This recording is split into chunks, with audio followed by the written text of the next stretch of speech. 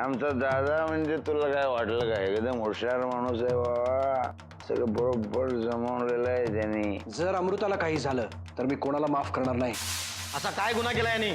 साहेब याने आमच्या माणसाचा खून केलाय. राजन कुठे हे कळलं नाही ना तर मी सगळ्या घरात गोंधळ घालीन. काय गोंधळ? वाकनेस आज तुमच्या लग्नाची पहिली रात्र आहे ना? तुमची बायको तुमची वाट बघत असेल. कुठे गेला होता?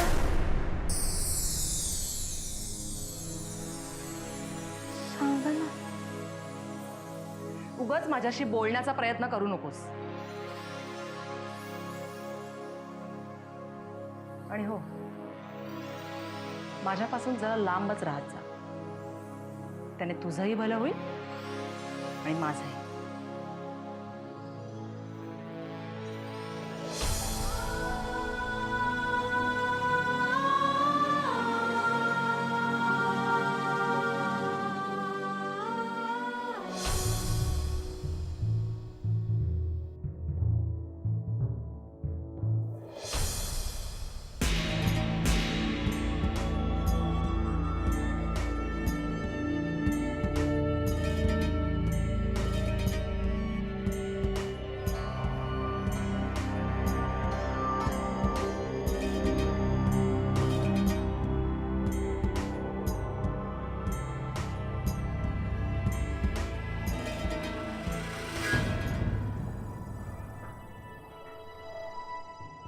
काय हवंय? मी तुझ्याशी बोलतोय. काही नाही. काही नाही. मग का आलीयस इथे? आत्याबाईंनी सांगितलं की आजपासून इकडेच झोपायचं.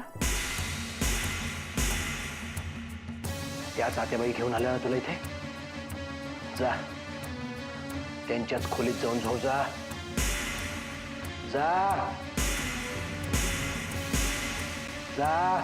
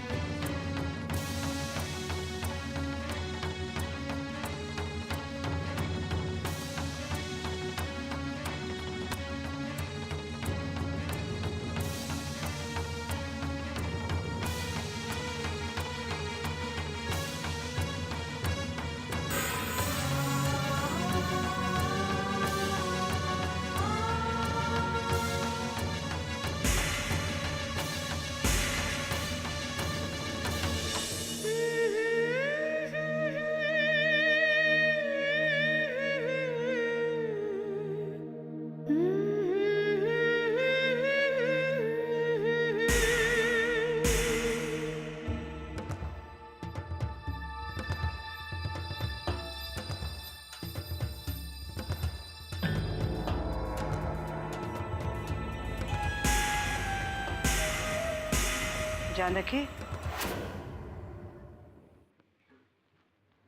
तू इथे काय करतेस? काय झालं? मोठे साहेब म्हणाले की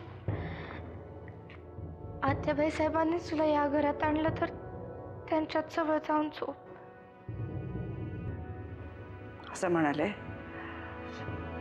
मी बघते. ते झोपले पण.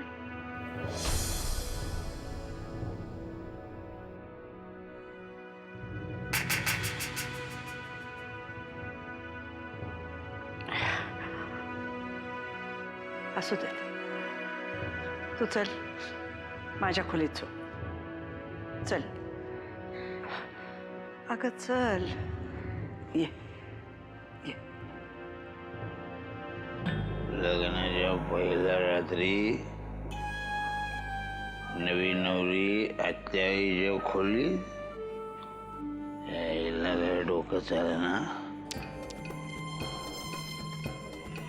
हे म्हणजे असं झालंय, दात आहेत तर चणे नाहीत, चणे आहेत तर दात नाहीत, आणि दात आहेत तर बडीशेप पण नाही. यायला तुझ्या परशुराम शेठ काय तर लफडा आहे. ये जानकी, जे काही झालं ते पचायला कितीही जड असलं तरी ते सत्य आहे. हळूहळू सगळं काही सुरळीत होईल. हं? मी इथेच खाली झोपते. नाही, तू आता किल्लेदारांची मोठी सून आहेस. सुमित्राची सोबतीण नाही आहेस. या घराची मालकीण आहेस तू. मालकिणीसारखंच वागायचं. मी सगळे रीतिरिवाज शिकवेन तुला, पण तूही ते समजून घेतले पाहिजेस. ये बस.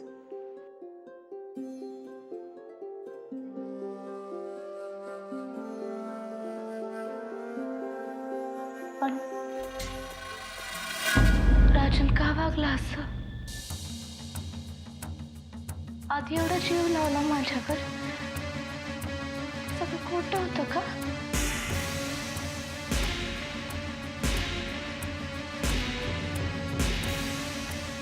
हे बघ जानकी, राजन नावाचा तुझ्या आयुष्यात कोणी होता हे आता तू विसरून जा. तुझ्या दृष्टीने तो आता एक परपुरुष आहे, आणि परपुरुषाचा विचार सुद्धा मनात आणणं हे पाप आहे. या सगळ्यात माझी काय चूक होती? या सगळ्यात कोणाची चूक होती, कोणाची नव्हती, हे सगळं आता जुनं झालं. आता तू एक विवाहित स्त्री आहेस. तुझ्या कपाळी कुंकू आहे नरसिंहाच्या नावचं. कुठल्याही परपुरुषाचा विचार जरी मनात आला ना तरी त्या कुंकवाचा रंग फिका होतो. पुराण काळापासून बघ ना, आपल्या स्त्रिया आपल्या कुंकवालाच जपत आल्या. सीता, तारा, मंदोदरी. चुकून जरी या कुंकवाशी प्रतारणा झाली ना तर अहिल्यासारखं शिळा होऊन पडावं लागतं.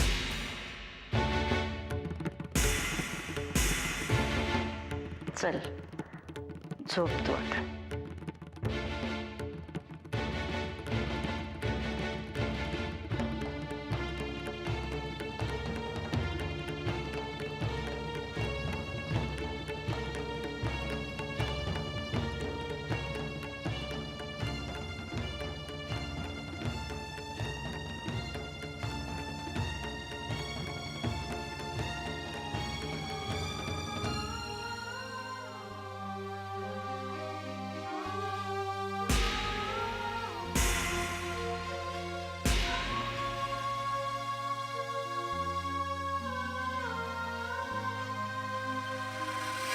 एक फोन करायचा आहे साहेब. एक फोन करायचा आहे साहेब. साहेब एक फोन करू द्या साहेब. काय तुला काय सार्वजनिक टेलिफोन बूथ वाटलं की काय? साहेब तुमचं उपकार आयुष्यभर नाही विसरणार साहेब. एक फोन करू द्या साहेब. साहेब एक. आता गप्प बसशील काय? साहेब येत आहेत. एकदा माझा हात पडल्यावर भले भले गुन्हेगार गुन्हा कबूल करतात. हा एक किरकोळ आहे हो. तुम्ही काही काळजी करू नका. तुम्ही झोपा निवांत. साहेब साहेब एक फोन करायचा साहेब. साहेब वामन किल्लेदारांना फोन करायचा साहेब. साहेब एक फोन करू द्या ना साहेब. साहेब करू द्या ना साहेब एक फोन. समजा नाही दिला तर साहेब तुमच्या पाया पडतो साहेब. साहेब एक फोन करू द्या साहेब. साहेब एक फोन. साहेब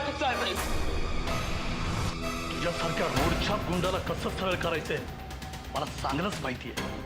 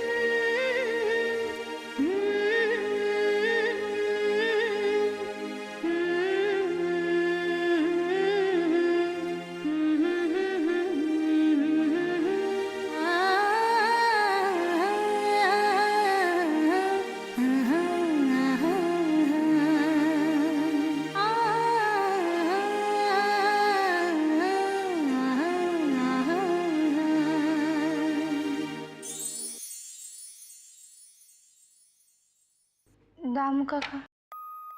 या वहिनी साहेब. वहिनी साहेब. हा कोण वहिनी साहेब? अरे तुम्हीच वहिनी साहेब. अहो मी तुमची चिमी. हा? असं म्हणून माझी नोकरी घालवायची का? अहो साहूजाऊ काय करताय?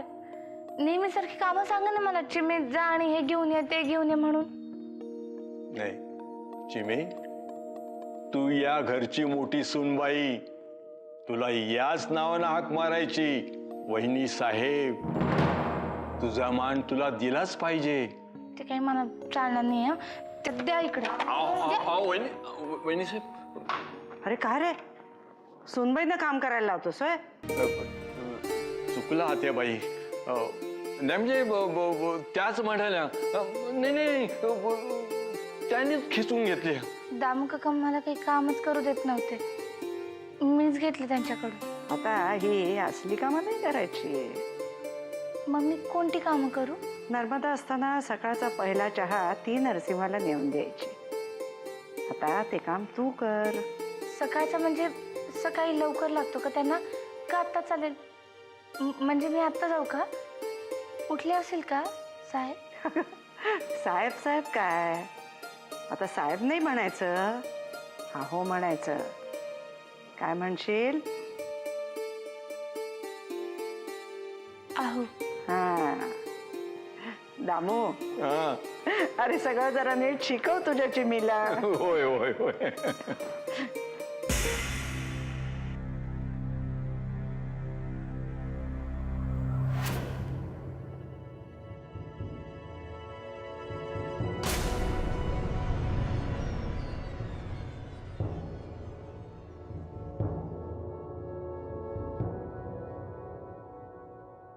काय ग, माझ्याकडे बघत का नाहीयेस? लाज वाटते? आपण ज्या मुलावर प्रेम केलं त्याच्याऐवजी भलताच कोणीतरी आपल्या आयुष्यात आलाय. त्याचं जराही दुःख दिसत नाहीये तुझ्या चेहऱ्यावर. यात माझा काय दोष? मग माझा दोष आहे का? मला तसं नव्हतं म्हणायचं अमृता. अरे वा,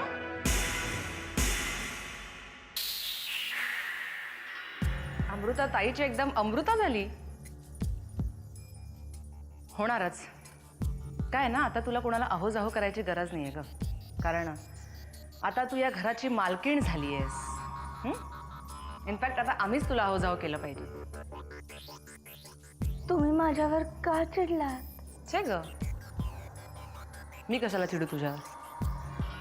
मी तुझ्यावर चिडावं असं काही केलंयस का तू? मग असं का वागताय?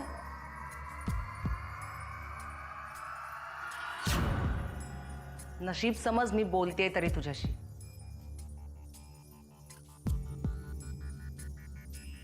कोणासाठी घेऊन चालली आहेस चहा? साहेबांसाठी, म्हणजे यांच्यासाठी. अमृता ताईची अमृता झाली, साहेबांचे अहो झाले. अजून काय बदल अपेक्षित आहेत ग तुला? मी साहेबच म्हणत होते. आत्याबाई साहेबच म्हणाल्या की आहो म्हणायचं म्हणून.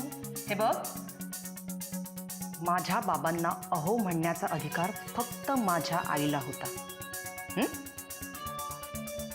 तिच्याशिवाय इतर कोणाच्याही तोंडून अशी हाक मला आवडणार नाही.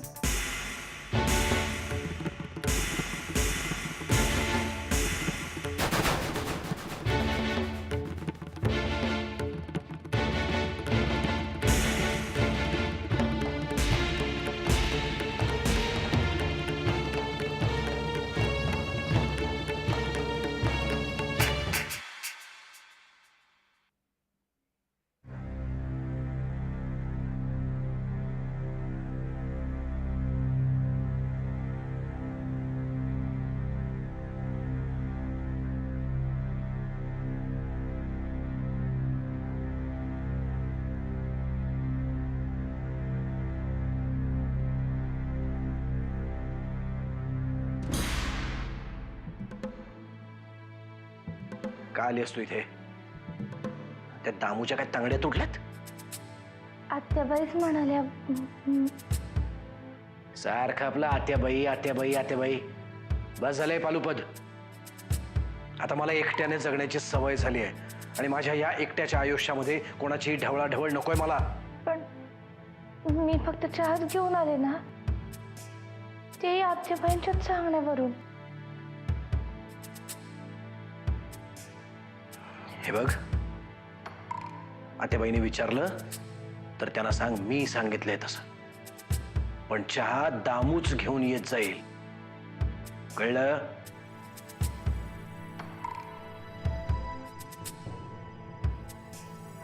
आता काय? आत्याबाई साहेब म्हणाल्या म्हणजे आपण जोड्यानी, म्हणजे आपण दोघं, तुम्ही आणि मी देवळात दर्शनाला जायचं म्हणून. वेळ नाही मला, आणि वाटलंच तर बोलेन मी आत्याबाईंची. जा तू.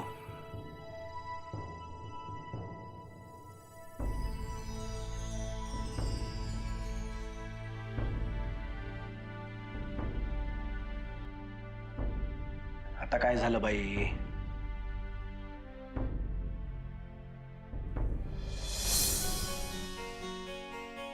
आई म्हणाली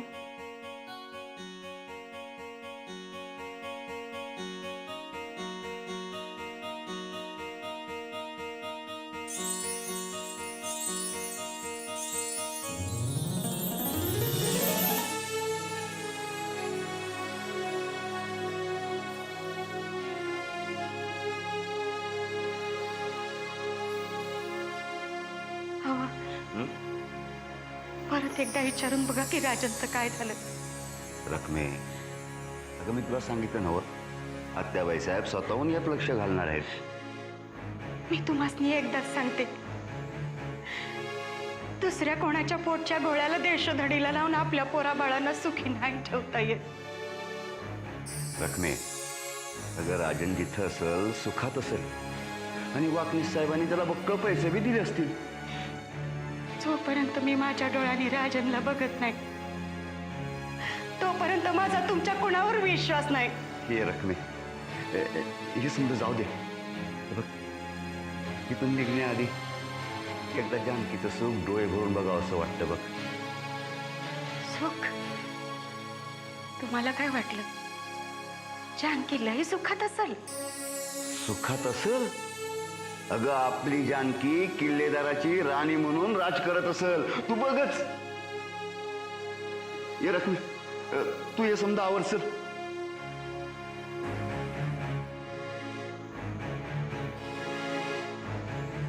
त्या पांडुरंगालाच माहित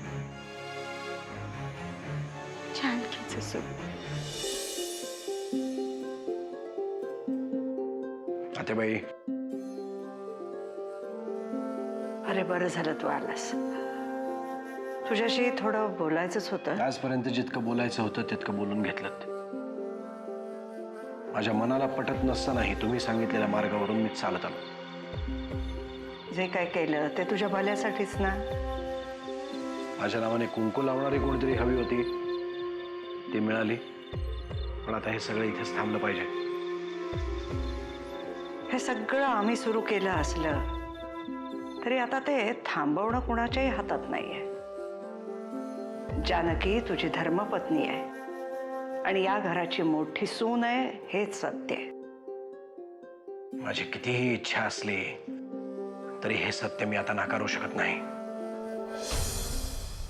पण जानकीशी केलेलं लग्न हे नियतीशी केलेली तडजोड होती, आणि या तडजोडीतून जानकी नर्मदेची जागा कधीही घेऊ शकणार नाही. आणि तू तसा प्रयत्नही करू नकोस. मग जानकीने आता या घरात काय करायचं? काय हवं ते करू दे. आता तीच या घराची मालकीण आहे, पण तिचा मालकी हक्क तिने माझ्यावर गाजवू नये. आज जागा वाटप जाहीर होणार आहे, निवडणुकीची धावपळ सुरू होईल, म्हणून आधीच सांगितलं. म्हणजे सगळं तूच ठरवणार आहेस? तुला हवं ते समज, पण आता मला माझ्या पद्धतीनं जगू द्या.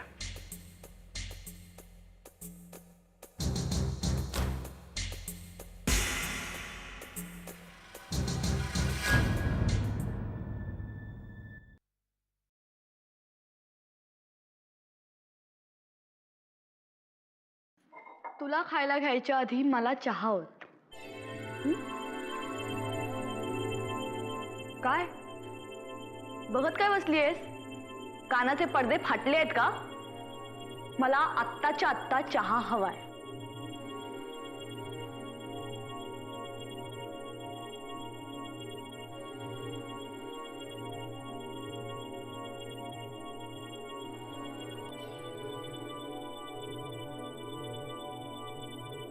जा.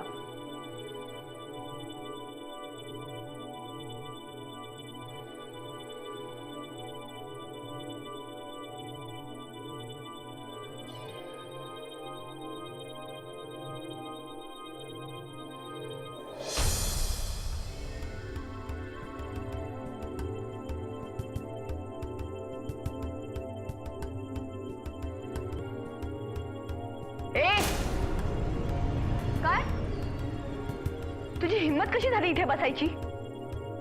लायकी माहितीये ना तुझी? भाऊजींनी गळ्यात एक काळा दोरा काय बांधला? तू तुझी लायकी विसरलीस? हे बघ, तू आधीही मोलकरीण होतीस आणि पुढेही मोलकरीणच राहणार आहेस. चुकलं माझं. चुकलं म्हणून चालत नाही, त्यासाठी चूक दुरुस्त करावी लागते.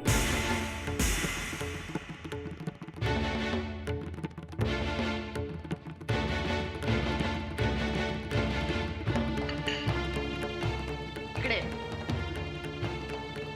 ये. ही तुझी जागा आहे आणि ही तुझी लायकी आहे, त्यामुळे इथे बसून खायचं.